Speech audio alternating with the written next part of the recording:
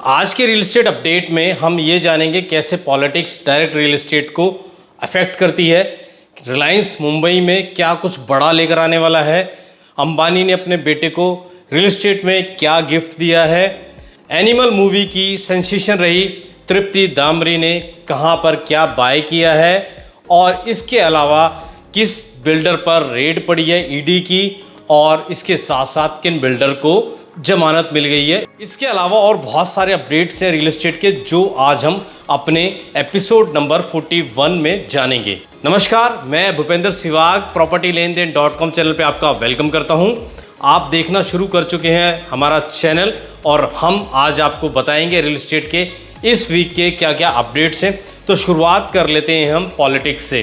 Politics से शुरुआत इसलिए कर रहे हैं क्योंकि अभी रिजल्ट आया है, जनरल इलेक्शन हुआ है।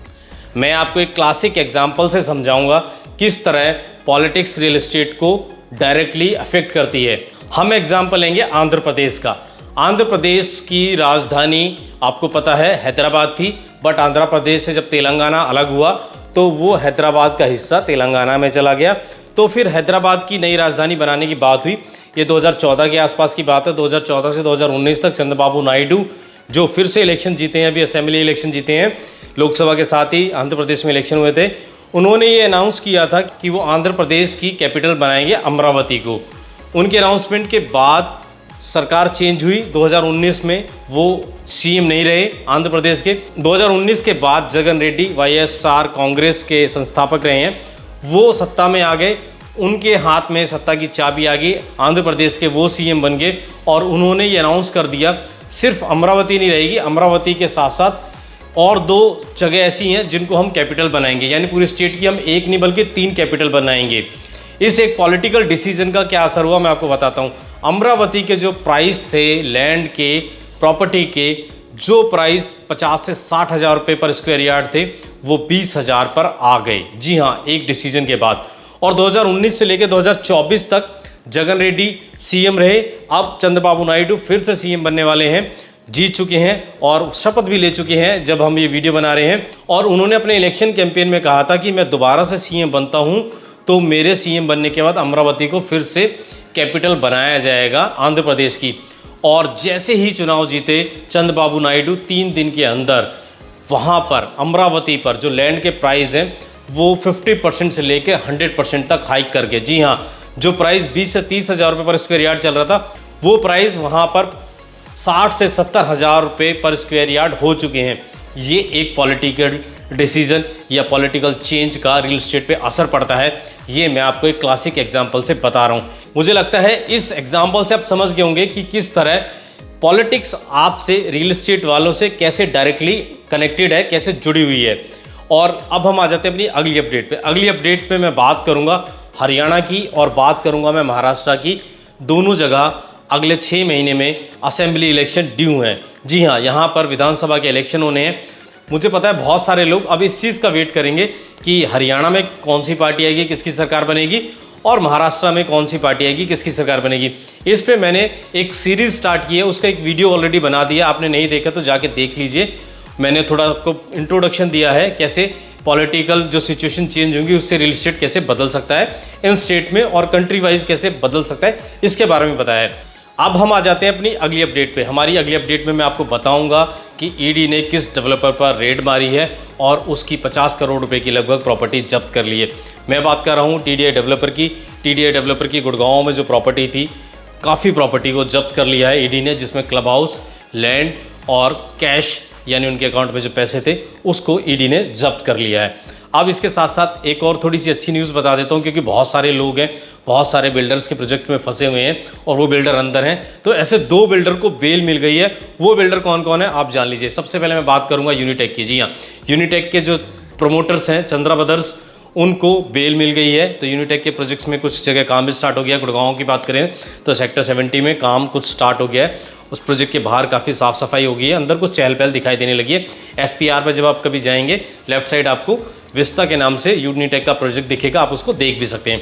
दूसरा इसमें जो डेवलपर है वो है सुपरटेक। जी हाँ, सुपरटेक के जो चेयरमैन है, प्रमोटर हैं, वो भी मनी लॉन्ड्रिंग के और कस्टमर से चीटिंग के केस में अंदर थे, उनको भी बेल मिल गई है।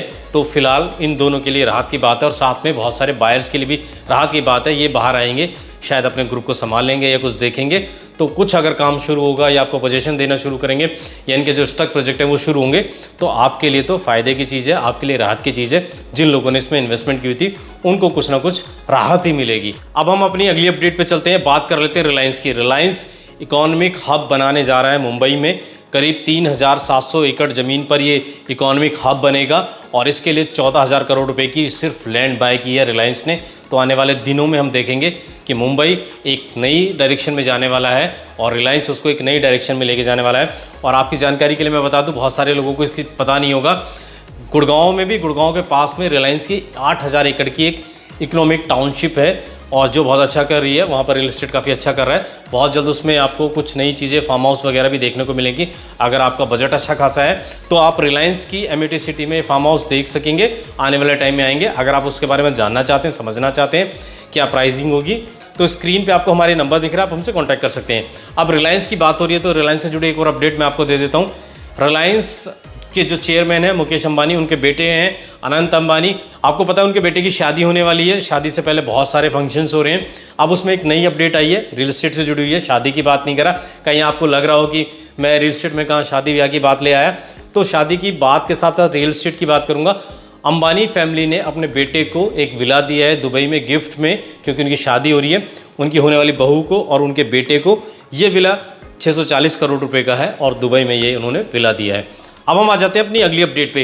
हरियाणा में बीजेपी 2019 में 10 लोकसभा सीटें जीती थी, इस बार घटकर 5 हो गई हैं, 5 कांग्रेस ने जीत ली हैं। तो मुझे लगता है कि बीजेपी ये इवैल्यूएट, कैलकुलेट कर रही होगी हमें क्या क्या डिसीजन लेना चाहिए ताकि ज़्यादा से ज़्यादा जनता की नाराज़गी हमें कम झेलनी पड़े और हमारे फेवर में वोट आए। तो इस तरह के कुछ ना कुछ आपको पॉलिसी के चेंजेस दिखाई देंगे। और हाँ, हो सकता है आपको स्टिल्ट +4 का डिसीजन भी इलेक्शन अनाउंस होने से पहले दिख जाए, क्योंकि बहुत सारे लोगों से ये मामला जुड़ा हुआ है। अब हम बात कर लेते हैं अपनी अगली अपडेट की। अगली अपडेट हमारी जुड़ी हुई है गुड़गांव के नए नए प्रोजेक्ट्स से। गुड़गांव में लगातार एक के बाद एक कई एक साथ प्रोजेक्ट्स के रेर आ गए हैं। कौन कौन से प्रोजेक्ट हैं आपको मैं उनके नाम बता देता हूँ। शोभा का एक प्रोजेक्ट है, 106 में आ रहा है, उसका रेर आ चुका है। व्हाइट लैंड का प्रोजेक्ट है 76 में, एस्पिन के नाम से, उनके 2 टावर थे, उसका रेर आ चुका है। सिग्नेचर ग्लोबल का SPR पे एक टाउनशिप आ रही है 125 एकड़ की, उसका फेज़ 1 का प्रोजेक्ट आ गया है, 22.5 एकड़ का ये प्रोजेक्ट आ रहा है, उसका रेर आ चुका है। इसके अलावा सोना में सेंट्रल पार्क की एक टाउनशिप है, उसमें उनका हाई राइज जो आना है उसका भी रेरा आ चुका है। और रेरा इन वेटिंग कौन कौन से हैं वो भी जान लीजिए। 103 सेक्टर में गोदरेज एक प्रोजेक्ट लेकर आ रहा है, उसका भी आपको रेरा जल्दी देखने को मिलेगा। आशियाना हमारा अपना फेज़ 4 लेकर आ रहा है, उसका भी आपको रेरा देखने को मिलेगा जल्दी। और इसके साथ साथ मैक्स एक ग्रुप है, सेक्टर 36A में भी उनका प्रोजेक्ट आ रहा है। अगर आप इन प्रोजेक्ट्स के बारे में जानना चाहते हैं, ये कैसे प्रोजेक्ट हैं, इनमें क्या प्राइस रहने वाला है, इसमें आपको जाना चाहिए नहीं जाना चाहिए, स्क्रीन पर नंबर है, आप हमसे कॉन्टैक्ट कर सकते हैं। अब हम बढ़ लेते हैं अपनी एक और इम्पॉर्टेंट अपडेट पर। ये अपडेट आपके लिए जानना बहुत ज़रूरी है। आज मैं एक ऐसे प्रोजेक्ट की बात करने जा रहा हूँ जिसकी कंस्ट्रक्शन क्वालिटी की और जिसकी टाउनशिप की, जिस प्रोजेक्ट की ना सिर्फ बिल्डर गीत गाते थे बल्कि जो ब्रोकर हैं वो भी उसकी कस्में खाते थे कि ऐसी कंस्ट्रक्शन कोई नहीं हो सकती, ऐसा प्रोजेक्ट कोई नहीं हो सकता।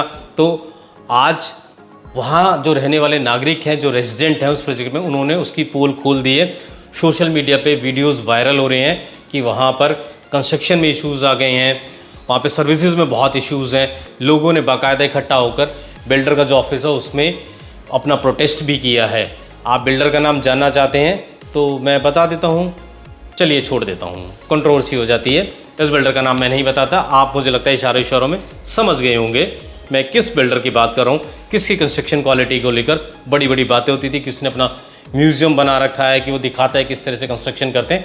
ये सारा मुझे लगता है काफ़ी है आपके लिए जानने के लिए मैं किस डेवलपर की बात कर रहा हूँ। तो किसी के कहने पे, किसी के बताने पे मत जाएं, अपना दिमाग लगाएं, तब जाकर बिल्डर का सिलेक्शन करें, प्रोजेक्ट का सिलेक्शन करें, प्रॉपर्टी का सिलेक्शन करें। इवन मैं भी अगर किसी के बारे में बात करूं वीडियो पे, तो वीडियो में कहीं ना कहीं हमारा हित छुपा होता है, हमारा कहीं ना कहीं इंटरेस्ट होता है। बेचना चाहते हैं प्रॉपर्टी को तो हर कोई अच्छी प्रॉपर्टी बताने की कोशिश करता है। जो कोई प्रॉपर्टी ख़राब बता देता है तो आप समझ लीजिए वो उसमें काम नहीं करता है या उसके वहाँ टर्म्स कुछ अच्छे नहीं है, कुछ यही चीज़ें हैं। फेयर होकर बहुत कम लोग बात करते हैं, ना के बराबर ही बात होती है। अगर आपको फेयर डिसीजन लेना है प्रॉपर्टी को लेके, आप चाहते हैं को आपको एक अच्छी सलाह दी जाए, आपको फेयर सलाह दी जाए, तो आपको उसके लिए थोड़ा तो खर्च करना पड़ेगा। तो आप हमारी पेड कंसल्टेंसी ले सकते हैं, आप अपनी प्रॉपर्टी का डिसीजन हमारी पेड कंसल्टेंसी के पास ले सकते हैं। और इसके अलावा बहुत सारे अपॉर्चुनिटीज़ आती रहती हैं, कहाँ पर कोई रीसेल में प्रॉपर्टी आ रही है, कोई नई अच्छी अपॉर्चुनिटी आ रही है, या रियल एस्टेट का कोई अपडेट है, इन सब के बारे में हम अपने ग्रुप में जानकारी देते रहते हैं। हमारे पास टेलीग्राम का ग्रुप है, उसका लिंक मैं नीचे कमेंट में डाल दूंगा, पिन कर दूंगा, आप हमारी टेलीग्राम कम्युनिटी को ज्वाइन कर सकते हैं। क्योंकि अब रियल एस्टेट मार्केट जिस तरफ बढ़ रहा है, वहाँ पर नए लॉन्चेस से ज़्यादा ज़रूरी होगा कि रेडी टू मूव में, अंडर कंस्ट्रक्शन में अच्छे प्राइस पर कौन सी प्रॉपर्टी आ रही है। तो ये सारी चीज़ें हम अपने ग्रुप में डालते रहते हैं, आप उसे ज्वाइन कर सकते हैं। जब गुड़गांव में कोई प्रॉपर्टी ढूंढ रहा होता है और उसको लगता है प्रॉपर्टी बहुत महंगी है, तो यहाँ के ब्रोकर्स, कंसल्टेंट, हमारे जैसे लोग भी उसको कह देते हैं कि आपको सस्ती प्रॉपर्टी बाय करनी है तो आप नोएडा चले जाइए। बट मैं आपको बताऊं, जो डेटा नोएडा का निकल के आ रहा है वो एक अलग ही कहानी कह रहा है। नोएडा में भी 3.25 करोड़ या उससे ऊपर का जो प्रॉपर्टी है वो काफ़ी बिक रहा है, और उसका जो शेयर है वो 23% हो चुका है। जी हाँ, पहले 1 करोड़ 2 करोड़ के अंदर में जो प्रॉपर्टी होती थी नोएडा में, वो बहुत ज़्यादा बिकती थी। अब लग्जरी प्रॉपर्टी भी गुड़गांव की तरह नोएडा में काफ़ी डिमांड में है। अगर आप नोएडा के साथ साथ, अगर आप गुड़गांव, मैं नोएडा बोल गया, आप गुड़गांव के साथ साथ नोएडा को भी कंसिडर करना चाहते हैं तो कंसिडर कर सकते हैं। नोएडा और गुड़गांव में फ़र्क सिर्फ इतना ही है, वो उत्तर प्रदेश में पड़ता है या हरियाणा में पड़ता है। और वहाँ भी आने वाले दिनों में खासतौर पे यमुना एक्सप्रेसवे पे आप नज़र बना के रखिए। यमुना एक्सप्रेसवे पे बहुत अच्छी आपको आने वाले दिनों में दिखेंगी प्रॉपर्टी आती हुई, प्राइवेट डेवलपर्स की भी दिखेंगी। इसके साथ साथ आपको यमुना एक्सप्रेसवे अथॉरिटी भी प्लॉट्स लेके आ रही है। मैंने उस पर वीडियो बना दिया, नहीं देखा है तो चैनल पर जाके देख लीजिए, बहुत वीडियो काम का है। और हाँ, मैं सिर्फ यही कहूँगा, इसमें किसी तरह की प्रमोशन हम नहीं करते वीडियोस में। जो हमारी अपडेट की वीडियो होती है, इसमें हमें सिर्फ आपसे इतना प्यार चाहिए कि आप वीडियो को लाइक कर दें और वीडियो को शेयर कर दें, और चैनल पर पहली बार आए तो चैनल को भी सब्सक्राइब कर दें। इसी से हमारा मोटिवेशन बना रहेगा। आज का रियल एस्टेट का अपडेट आपको कैसा लगा, इन अपडेट में आपको कौन सी सबसे अच्छी अपडेट लगी, कमेंट में ज़रूर बताइए। आप कंजूसी करते हैं कमेंट लिखने में, मुझे लगता है कि अगर आप कंजूसी नहीं करेंगे, कमेंट लिखेंगे, मैं उसका रिप्लाई ज़रूर करूँगा। और इस तरह हमारे आपके बीच में एक कम्युनिकेशन बना रहेगा। और आप सजेस्ट भी कर सकते हैं मैं कहाँ की और किस तरह की अपडेट लेकर आऊँ, मैं अपडेट लेकर आऊँगा। तो इस वीडियो को मैं यहीं खत्म कर लेता हूँ, मैं फिर मिलूंगा आपसे एक नई वीडियो, नए टॉपिक के साथ। तब तक के लिए थैंक यू दोस्तों।